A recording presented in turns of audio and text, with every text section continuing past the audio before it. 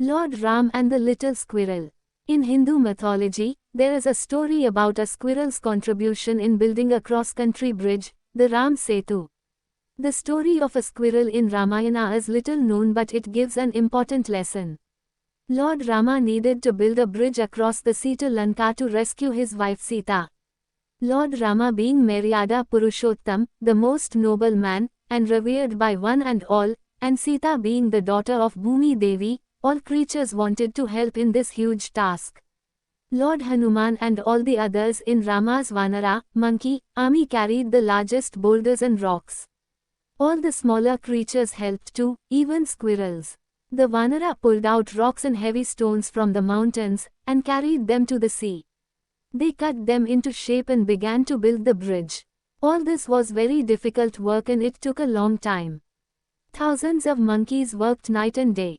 Rama felt happy. How hard they work. Their love for me makes them work like this, thought Rama.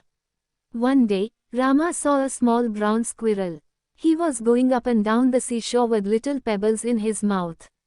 The little squirrel could carry only little pebbles at a time in his small mouth. He carried the pebbles from the seashore and dropped them into the sea.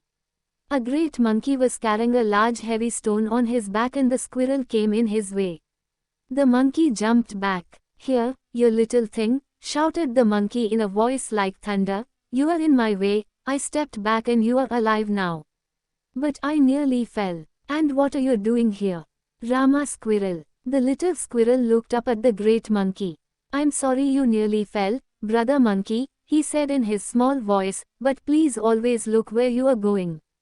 I'm helping Rama build the bridge. And I want to work hard for him." "You, what?" shouted the monkey and laughed aloud. "Did you hear that?" he said to the other monkeys. "The squirrel is building a bridge with his pebbles. Oh dear, I've never heard a funnier story." The other monkeys laughed too. The squirrel did not think this funny at all.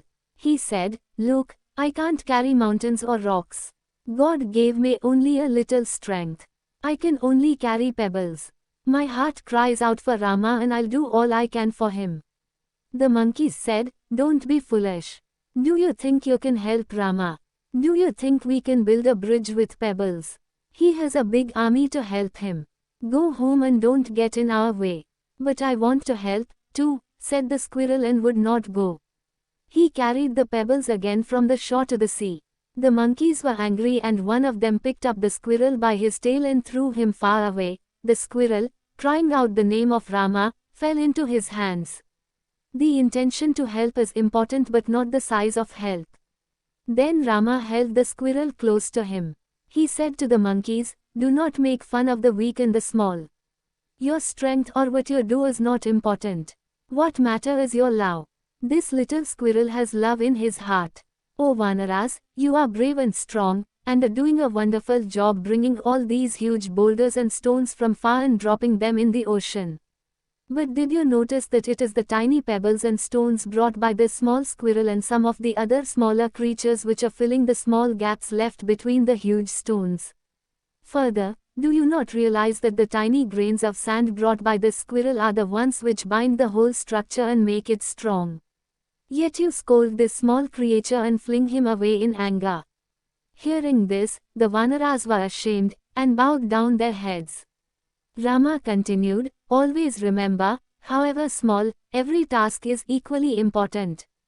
A project can never be completed by the main people alone. They need the support of all, and however small effort should always be appreciated." Rama then turned to the squirrel and said softly, "My dear squirrel, I am sorry for the hurt caused to you by my army, and thank you for the help you have rendered to me. Please go and continue your work happily." Saying this, he gently stroked the back of the squirrel with his fingers, and 3 lines appeared where the Lord's fingers had touched it. Rama held the squirrel closer to him and said, "Little one, your love touches my heart."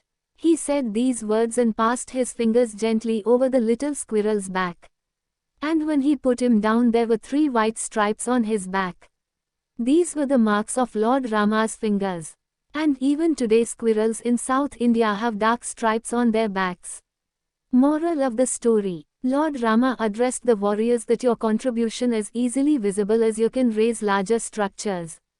Although squirrel's contribution is less visible as compared to the rocks and logs you are lifting, her intent is bigger than yours. The squirrel is lifting pebbles that were beyond her strength.